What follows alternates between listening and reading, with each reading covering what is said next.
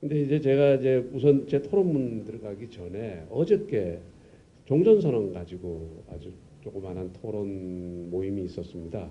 거기서 이제 지금 현 정부의 여러 가지 자문을 하는 분들하고 아규를 좀 했었습니다. 그분의 몇 가지인데 조금 전에 이제 그 국방개혁 관련해서 그 자리에서 어떤 얘기가 나왔냐면은 비핵화 문제가 계속된다면은 우리가 지금 구축하고 있는 삼축 체제는 폐기돼야 되는 거 아니냐. 근데 저희들 카이다에서 연구는 평화체제 구축과 군사합의는 관계가 없습니다. 잘 아시지 않습니까?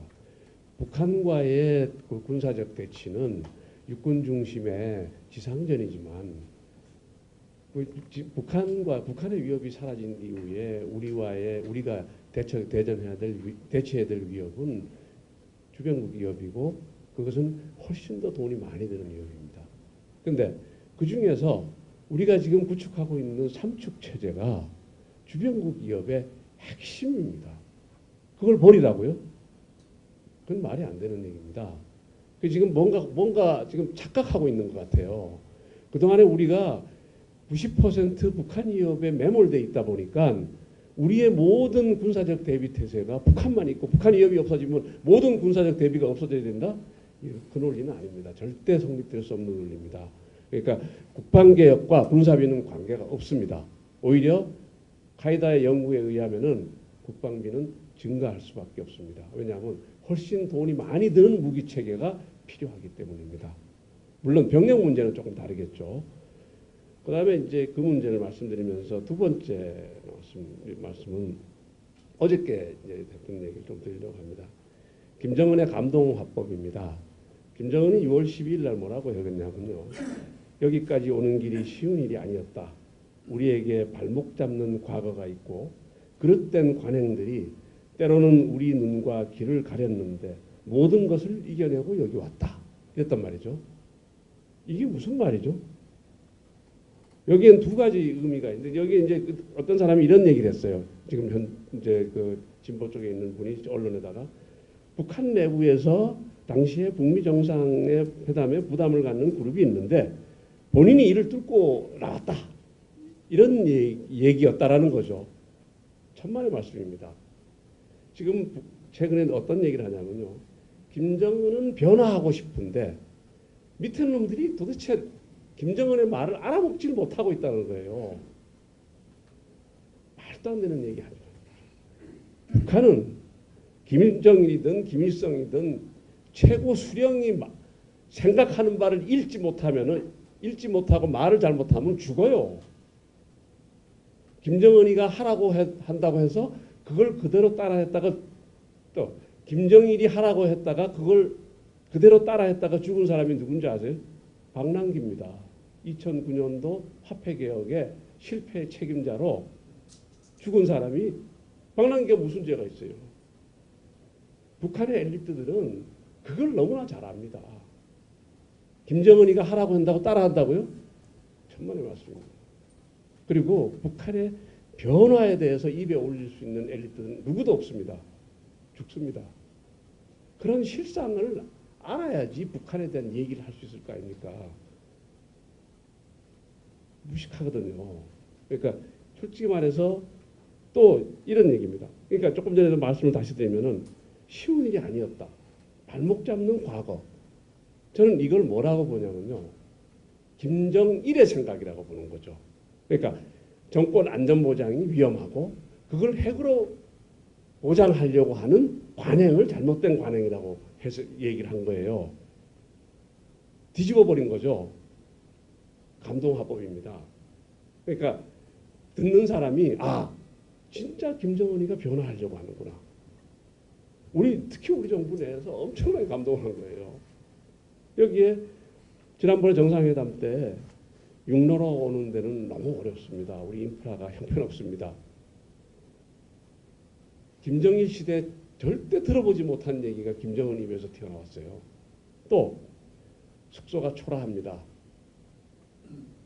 이게 무슨 합법이죠? 저는 두 가지로 해석하고 싶습니다. 불쌍한 합법이야. 굉장히 평화롭다는 얘기입니다. 자기 리더십이 정말 안타깝게도 나는 이런 걸 하고 싶은데 뒤에 잘 안 되고 있다는 거죠. 그러니까 인민을 위해서 내가 정말 뭔가를 하고 싶은데 이 얘기를 하고 싶은 거예요. 과연 김정은의 생각이 그렇습니까? 난 절대 그걸 믿고 싶지 않습니다. 제가 한 20년 동안 북한 연구를 했지만 절대 그 말을 그렇게 믿고 싶은 사람 아닙니다. 믿을 수가 없습니다. 그보다 훨씬 더 많은 걸 보여주고 나야 저는 그걸 믿을 것 같아요. 이런 문제들. 또 한 가지는 우리 정부의 대북 정책을 추진하는 사람들이 저는 보고 싶은 것만 보고 듣고 싶은 것만 듣고 말하고 싶은 것만 말하는 거 아닌가 그런 생각이 드는 거예요. 뭐냐면 이런 15만 평양 시민한테 대통령이 연설하셨어요. 정말 감동적입니다. 그런데 제가 아는 그 앞에 15만 평양 시민은 영혼이 없는 사람들입니다. 그 사람들이 무슨 판단을 물론 문재인 대통령이 와서 연설한 걸 평양 시민이 듣고 나름대로 마음속으로는 생각이 있을지 모르지만 절대로 표현할 수 없는 영혼이 없는 사람들이다. 첫 번째. 두 번째, 모 정치인이 이런 얘기를 해요. 평양 호텔에서 아침 새벽에 운동을 하러 나오는데 과거에는 안내인이 통제를 했는데 통제를 안 하더라. 그래서 대동강변에 갔더니 대동강변에 운동하는 사람을 만나가지고 자연스럽게 얘기하는데 아무도 제재를 안 하더라. 과연 그럴까요? 다 연출된 거 아닐까요? 연출된 겁니다. 그런 얘기들을 언론에서 얘기하는 최근에 국회의원 얘기들이 많이 있지 않습니까? 좀 북한에 대해서 좀 황당하게 미화하는 얘기들. 그러니까 제 얘기는 정말 그 말이 사실이길 믿고 싶지만 우리가 연구를 하려면 말이죠. 가설이 있으면 검증된 가설이 이론이 되는 겁니다. 그러니까 그 사람들은 가설을 이론으로 얘기하고 있잖아요. 저는 그분들이 한 얘기를 검증이 되고 그러니까 그게 진짜 팩트로 인정이 되고 그러면 제가 믿겠어요. 근데 제가 지난 20년 동안 북한 연구를 하면서 그런 가설을 믿을 수가 없습니다. 여기에 지금 우리 현재 남북관계 진행에 엄청난 모순된 내용들이 그 안에 들어가 있다는 걸 말씀드리고 싶습니다. 또 한 가지는요. 어저께 얘기인데 정상회담에서 군사합의를 우리가 비판을 하니까 언제는 핵이 제일 중요하니까 핵만 포기하면은 다 준다고 하더니 이제는 북한이 핵을 준다는데 그 군사합의 그거 딴지 걸고 앉았냐 이 얘기예요. 그래서 제가 그랬죠. 언제 핵을 준다고 했습니까? 그러니까 아니 핵을 준다고 했지 않느냐. 지금 이렇게 지금 괴리가 있는 겁니다. 나는 핵을 준다고 했다고 전혀 생각지 않는데 핵을 준다고 생각하는 사람들이 있는 거예요. 여기에서 북한의 비핵화에 대한 시각이 결정론적으로 보는 시각과 과정론적으로 보는 시각이 두 가지 시각이 있습니다. 결정론적으로 보는 시각은 지금 현 정부의 대북 정책을 추진하는 분들이 대부분 그런 시각을 갖고 있는 것 같아요. 북한은 이미 핵을 포기하기로 결정했다. 이제 남은 거는 뭘 가지고 핵을 사올 거냐다. 그런데 과정론적인 시각은 북한은 핵을 포기하려고 결정은 아직 안 했다. 그렇지만 두 가지 옵션이 있죠. 정말 정권이 안전보장이 되고 뭔가 김정은이가 확실하게 자기가 만족할 만한 대가가 주어진다면 포기할 수는 있겠죠. 단기간엔 절대 아닙니다. 두 번째는 이래저래 시간을 끌다가 핵을 보유하는 길로 가려고 하는 전술적 변화를 지금 하고 있다. 이게 과정론적인 시각입니다. 자, 여러분들은 어느 쪽에 한번 생각이 주십니까? 저는 결정론 시각에 동의하고 싶지 않습니다. 할 수가 없습니다. 왜냐? 북한이 어떻게 만드는 핵인데 얼마나 어렵게 만드는 핵인데 카다피를 보면서 치를 떨면서 만든 핵입니다. 근데 그 환경이 변화했습니까? 변화한 거 없습니다. 근데 핵을 포기하기로 결정했다고 단정적으로 얘기할 수 있는 근거가 뭐가 있습니까? 이게 이제 어저께 좀 논의가 됐던 건데요. 이제 이런 원론적인 말씀을 좀 드리고, 이제 군사 분야 얘기는 이제 제가 사실은 우리 여기 문상무 이제 박사님께서 오랫동안 군사회담에 관여하셨고, 저는 거기에서 그 관여한 회담을 카이다에서 열심히 분석해가지고 이제 떠들고 다니는 사람입니다. 그래서 제가 군사회담을 분석하는 사람은 많지 않았습니다. 제가 전체적으로 제 토론문을 잠깐 보시면요, 전체적으로 한 50번 정도 했는데 그 군사적 합의 사항이 여러 가지가 있습니다. 그런데 대부분 다 추상적인 합의였죠. 전부 신뢰 구축 조치였습니다. 그러다 보니까 말로 끝났죠, 다. 물론 일부 있다가 그냥, 근데 북한이 군사 합의에 대한 기본적인 태도를 분석을 해보면은, 일단은 남북 관계에서 주도권을 장악하기 위해서 군사적 위협은 북한이 가진 가장 강력한 수단이다. 그러니까 군사적 신뢰 구축은 북한에게는 절대로 있어서는 안 되는 일입니다. 첫째. 두 번째, 한번 신뢰 구축 조치를 허용하기 시작하면은 군비 제한으로 계속해서 우리의 요구가 계속해서 압박해 들어올 거고, 그 요구를 자기들이 계속 밀릴 것이기 때문에 부담스럽다. 세 번째, 제일 중요한 거는 북한 군과 주민의 대적관이 약화됨으로써 체제 유지에 부담이 됩니다. 여기서 더 중요한 거는 휴전선 가까이 있는 병사들 사실 다 굶고 앉았습니다. 제가 북한 탈북자 인터뷰하면서 확실하게 전부 제가 한 30% 영향식조입니다.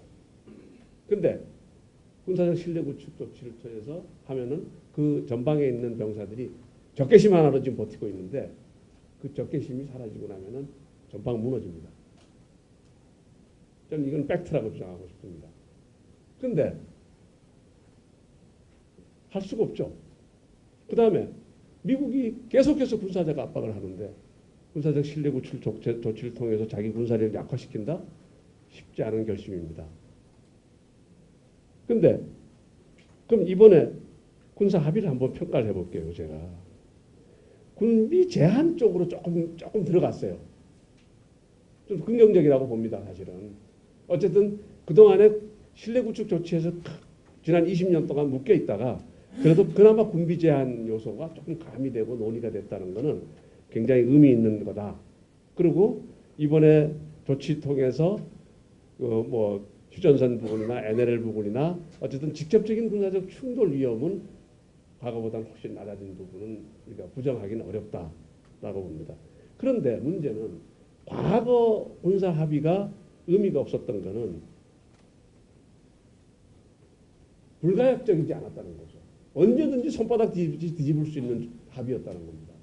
그럼 이번 조치에서 저는 불가역을 제 나름대로 개념 정의를 적어도 원상복귀하는데 6개월이나 1년 정도 걸릴 수 있는 조치. 적어도 최소한. 근데 지금 조치가 불가역적인 조치가 뭐가 있습니까? 당장 내일이라도 뒤집으면 그냥 끝나는 겁니다. 네 번째, 한미 갈등 요소가 잠재되어 있다. 여기는 깊이 들어가지 않겠습니다. 마지막에 재래식 군비 통제론입니다. 사실은 이번에 그 군비 제한 논의 중에 중요한 거는 휴전선에서의 공중 그러니까 완충구역을 만드는 거죠. 근데 그 완충구역에서 북한군 군사활동이 뭐가 있습니까? 북한군 군사활동 없습니다. 왜냐? 북한에 기름이 없어서 비행기도 못 뜨고 있고, 북한군 병사들 전부 굶고 앉아가지고 제대로 군사훈련도 못합니다. 석유가 없어가지고 대대급 이상 기동훈련도 못해요. NLL 지역의 그 발전대 배들이 솔직히 말해서 기름도 없고, 솔직히 그래서 우리하고 적대적으로, 정말 정면에서 적대적으로 행동할 수 있는 그 전력이 어디 있습니까? 결국은 우리 손발을 묶어놓는 거죠. 실질적으로 남북 간의 군비 통계는요, 비대칭적입니다. 그렇지 않습니까? 북한의 비대칭 전력이고 우리는 한미동맹 문제입니다. 북한이 보는 남한에 대한 군비 통제는 한미 연합 전력에 대한 거고 우리가 보는 북한에 대한 군비 통제는 핵을 비롯한 대량 살상 무기를 비롯한 비대칭 무기에 관련되는 거거든요. 지금 재래식 무기와 관련돼서 얘기 시작하면 결국 우리 손발을 묶는 거예요. 저는 거기서 참 안타깝다. 그래서 아까 문성국 장관께서 말씀하신 게 과거에 북한이 요구하던 내용들이 다 들어가 있네. 아마 그 말이 아마 정확한 표현일 가능성이 높다라고 보고요. 마지막으로 그러면은 왜 북한이 군사 합의에 이렇게 적극적이냐? 사실은 북한이 이번에 핵 합의에 비핵화 협상에 나온 거는 김정은의 목숨이 위험하기 때문에 나온 겁니다. 솔직히 말해서. 그냥 구체적인 말씀은 내가 뭐 아실 것 같아서 말씀을 안 드리겠습니다. 근데 나와서 아까 말씀드린 것처럼 단기간 내 핵 포기할 의사는 전혀 없습니다. 왜냐하면 위험하죠. 그리고 핵을 포기하는 것도 결정할 수 있는 그런 단계가 아닙니다.